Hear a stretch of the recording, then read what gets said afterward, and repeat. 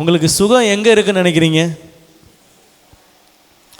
உங்களுக்கு விடுதலை எங்கே இருக்குன்னு நினைக்கிறீங்க? உங்களுக்கு சௌக்கியம் எங்கே இருக்குன்னு நினைக்கிறீங்க? நீங்கள் கர்த்தரை ஆராதிக்கும் பொழுது இவைகள் எல்லாம் உங்களுக்கு கிட்ட வருது. இவைகள் எல்லாம் உங்கள் வாழ்க்கையில் உங்களுக்குள்ளே வருகிறதா இருக்கிறது. ஆமென். ஆண்டவரை ஆராதிக்க ஒரு மனிதன் அங்கே வருவானால் ஆப்போசிட்டில் இருக்கிற மனிதனுக்கே என்ன செய்தான் பிசாசு? ஓடுதுன்னா நமக்குள்ளே இருக்கிறது ஓடாதா?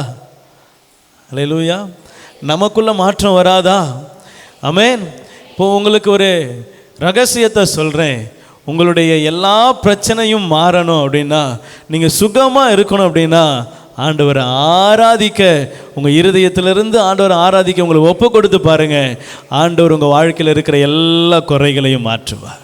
ஆமென்.